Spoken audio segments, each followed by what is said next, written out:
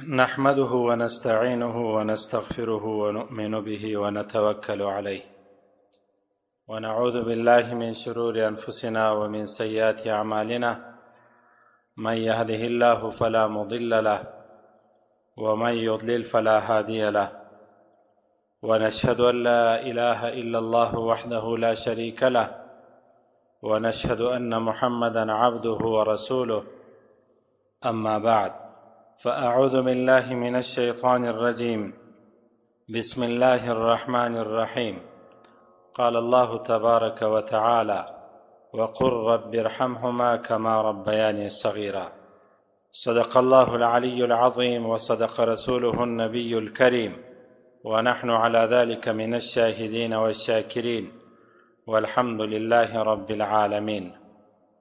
ده كتاب الادب المفرد درویشتم باب او څلوېښتم حدیث وایي.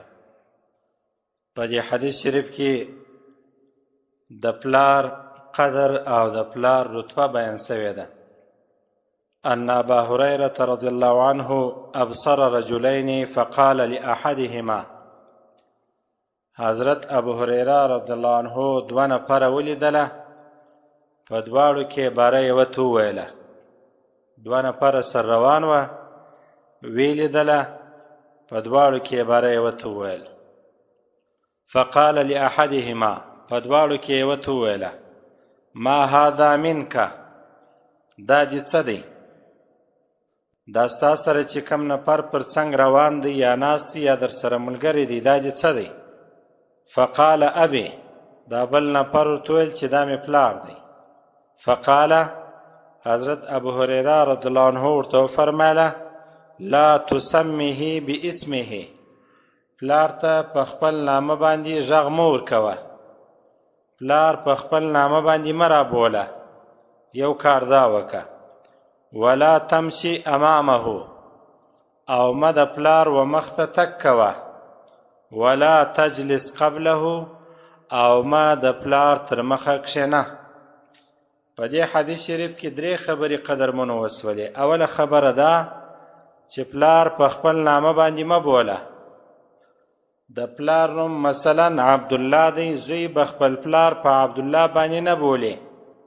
که یو نوم او د احترام و د عزت و د قدر نوم ورباندې کښېږدي، دا د پلار سره ادب دی. یو کار ده. دوهم کار ده چې د پلار سره کله چې ته روان یې د هغه مخ ته مه ځه. که چیرې یو وخت داسې پیښه سوله، ضرورت پیدا سو او ته د پلار تر مخه سولې، په دې خاطر چې د پلار خدمت وکې، چمپل ورته سم کې یا موټر ورته سم کې یا بل داسې کار وکې چې هغه د پلار سره د خدمت مناسب وي، بیا پروا نه لري، د پلار مخ ته سه. او که ضرورت نه و د پلار سره څنګ پر څنګ روان وي یا پلار دی روانو، باید ته در مخه نه سې، شاته سې. دا د پلار سره ادب دی. درېیمه خبره دا ده چې کله په مجلس یا په یو ځای کې کښېنې، د پلار تر مخه مه کښېنه، پلار دې مخ ته کښېنوه. تاسو به پام ورباندې کړي، کله کله مدرسې ته ځئ او پلار راسي، زوی باید د پلار تر مخه کښېنني مولوي صاحب ته، بلکې پلار د کښېنستلو په وخت کې مخته کې، زوی شاته کښېني. اول هغه ځای پلار ته ورکړي، کم ځای چې د کښېنستلو لپاره مناسب وي پلار کښېنوي، وروسته زوی کښېني. دا د پلار سره ادب دی، انسانان یې باید وکړي. ځکه نو په دې باب کې امام بخاري رحمه الله تعالی داسې راته وفرمایل، باب لا یسمي الرجل اباه، سړی یا زوی به خپل اولاد به پلار په خپل نامه باندې نه بولي. ولا یجلس قبله، او نه به د پلار تر مخه کښېني. ولا یمشي امامه، او نه به د پلار تر مخه تک کوي. په دې حدیث شریف کې دا درې شیان نن موږ زده کړله. یو به پلار ته په خپل نامه باندې نه ورغږ کوو، بل به د پلار تر مخه نه ځو، بل به په ناسته کې هم پلار ته اول وار ځای ورکوو چې پلاره ته کښېنه، وروسته به زه کښېنم. اول د ناستې ځای به پلار ته موږ ورکوو، بیا به اولادونه کښېني. دا د پلار حق دی پر زوی باندې. په دې بل باب کې چې 24م باب دی، باب هل یکنه اباه، آیا پلار ته په کنیت باندې انسان ورغږ کولی سي؟ د دې څه معنا ده زما ورونو؟ کله کله د پلار اصلي نوم څوک نه اخلي، پلار د ځان سره داسې لیکلی وي چې د پلانکی پلار مثلا د عبدالله زوی بلال دی، عبدالله چې خپل پلار دی د ځان سره داسې لیکي وای د بلال پلار، خپل ځان عبدالله نه لیکي بلکې داسې وای د بلال پلار. نو اوس ته کولی سي چې خپل پلار ته په داسې نامه ورغږ کې لکه د بلال پلار یا د احمد پلار. په دې حدیث شریف کې چې 45م حدیث دی، شهر بن حوشب رحمه الله تعالی فرمایي قال خرجنا مع ابن عمر رضی الله عنه، موږ د عبدالله ابن عمر رضی الله عنه سره ووتلو. فقال له سالم، نو خپل پلار حضرت عبدالله ابن عمر رضی الله عنه ته خپل زوی حضرت سالم رضی الله عنه وفرمایله الصلاة یا ابا عبدالرحمن، ای د عبدالرحمن پلاره د لمانځه وخت دی. د عبدالله بن عمر رضی الله عنه بل نوم یا بل کنیت چې انسانانو به ده ته ورغږ کوله د عبدالرحمن په پلار به یې ورغږ کوله، وایي دا پروا نه لري. و زه یو مثال په دې اوس درته وایم. مثلا احمد پلار دی، محمود یې زوی دی. اوس احمد په خپله کتابچه کې د دکان داسې لیکي وایي د محمود پلار یا د محمد پلار، خپل نوم نه لیکي چې احمد دی بلکې د محمود پلار یا د محمد پلار، دا پروا نه لري.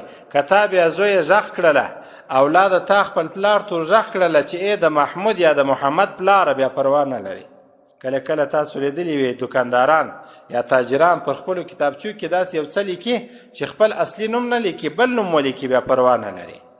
46م حدیث، حضرت عبدالله بن دینار رحمه الله تعالی یو ځل یو واقعه پیښه سلوی فرمایله.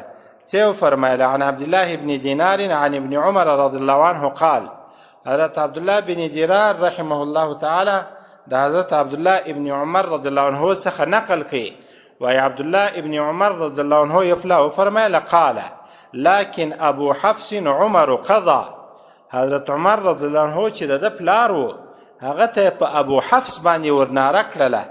ناره کړې لا نه ده بلکې داسې وویله د حفص پلار فیصله وکړل. خپل پلار په عمر باندې یاد نه کړي رضی الله عنه بلکې په هغه نامه باندې یاد کړي چې موږ طالبان کنیت ورته وایو، موږ شاګردان. او که نورو کسانو ته مې تشریح وکړله چې کله د زوی په نامه باندې د زوی د پلار په نامه باندې یو چا ته ورناره کړي چې د پلانکي زوی پلاره، دا کنیت دی. دلته هم عبدالله ابن عمر رضی الله عنه فرمایله چې حضرت عمر چې ابو حفص دی فیصله یې وکړله. 25م باب، باب وجوب وصلة الرحم، د ټولو قریبانو سره دوستی پالل. په 43م حدیث کې رسول الله صلی الله علیه وسلم څراته فرمایي عجبه څه خبره کوي.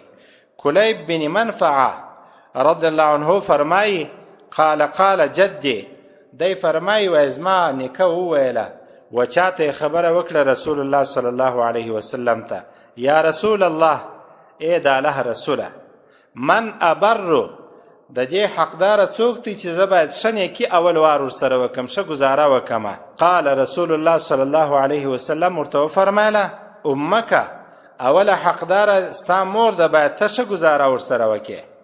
و اباک، او په دوهم قدم یا دوهم وار باید د خپل پلار سره ښه ګزاره وکې. و اختک، او دریم وار باید د خپلې خور سره ښه ګزاره وکې. و اخاک، او څلورم وار یا په څلورم قدم کې باید د خپل ورور سره ښه ګزاره وکې.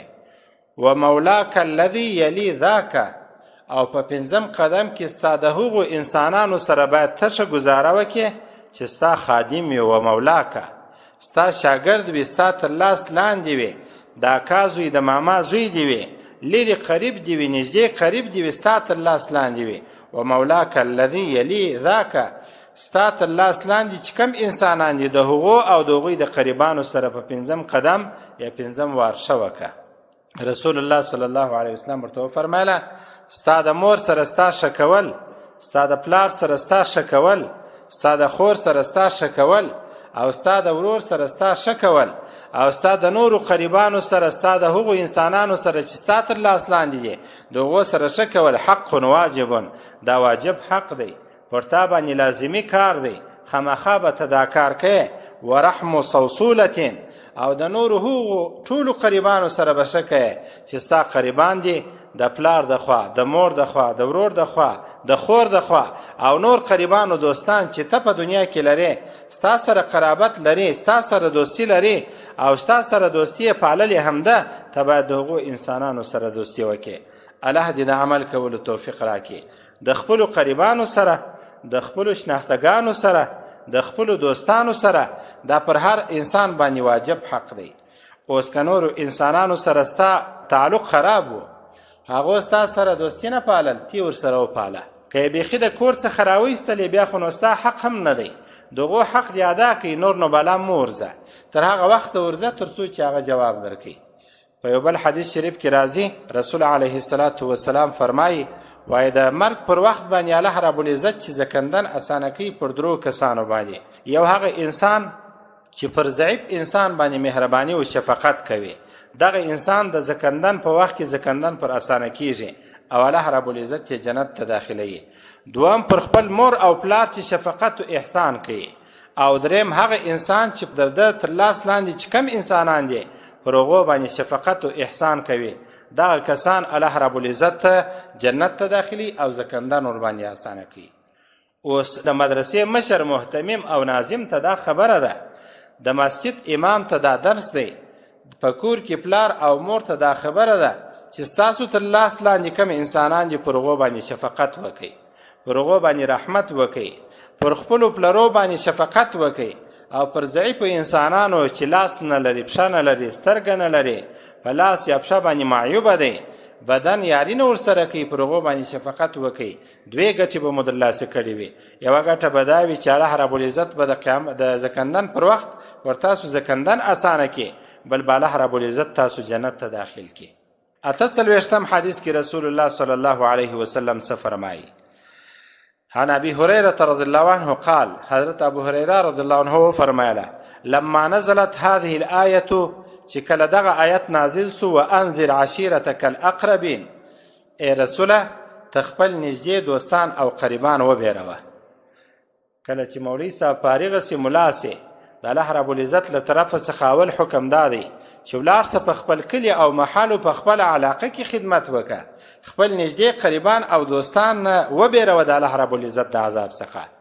علما د دې آیات په تفسیر کې فرمایي، وایي کله چې یو څوک د خدمت لپاره قصد وکړي خپل کلي ته باید ولاړ سي، خپل ولایت ته ولاړ سي، خپل علاقې ته ولاړ سي، ځکه چې د ده خدمت د ده په کلي او علاقه کې ښه اثر کوي، ښه تاثیر کوي په نسبت تر هغه ځای چې پردی ځای وي او خلک د ده سره بلد او اشنا نه وي.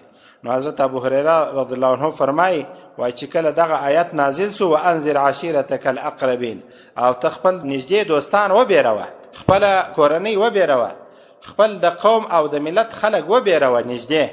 قام النبي صلی الله علیه وسلم، رسول علیه الصلاة والسلام باره ولاړ سو، د صفا پر غونډۍ باندې ودرېدی، دغه آیت چې نازل سو، فنادا، نو باره غږ ور وکړي، یا بني کعب بن لؤی، ای کعب بن لؤی قبیله، یوه قبیله وه، انقذوا انفسکم من النار، تاسو خپل ځانونه د اور څخه وساتئ. دې قبیلې ته خو یې دا غږ ور وکړي.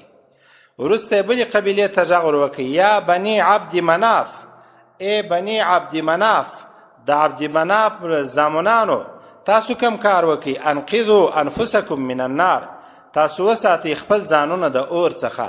دوی ته هم دا خبره وکړله. درېمې څه وکړل؟ یا بني هاشم، ای د هاشم زامنانو، ای بني هاشم قبیلې، انقذوا انفسکم من النار، تاسو خپل ځانونه د اور څخه وساتئ. څلرم، یا بني عبد المطلب، ای د مطلب عبدالمطلب زامنانو، ای د عبدالمطلب قبیلې، تاسو کم کار وکئ، انقذوا انفسکم من النار، تاسو خپل ځانونه د اور څخه وساتئ. پنځم وار خپلې لور ته غږ ور وکئ. دا د عبرت ځای دی. دا وروستنۍ خبره، رسول علیه الصلاة والسلام خپلې ګرانې لور ته غږ ور وکئ، یا فاطمه بنت محمد صلی الله علیه وسلم، ای د محمد لورې فاطمه رضی الله عنها، ای د محمد صلی الله علیه وسلم لورې، انقذي نفسك من النار، ته خپل ځان د اور څخه وساته.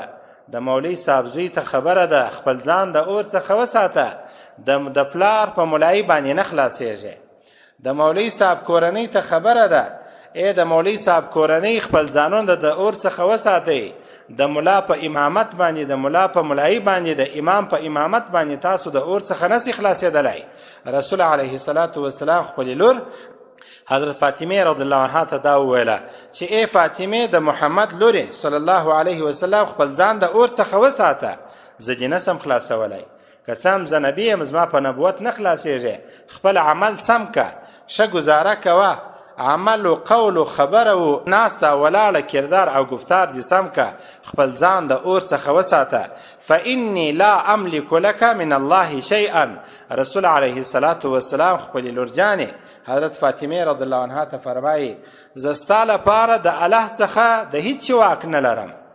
زه د الله په مقابل کې تا د هیڅ څخه نسم خلاصولی. د الله لپاره ستا په باره کې زما واک نسته او ته چې یې خپل ځان د اور څخه خلاص که. غیر ان لکم رحما، و دا یو قرابت ما او تا لورجانې سر لرو، زه دې پلار یم او ته مې لور یې.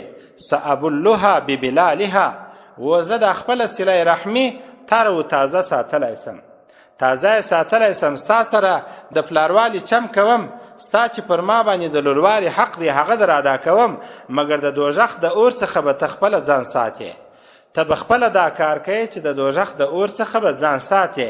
زما په نبوت او رسالت و پیغمبري نسې خلاصېدلی.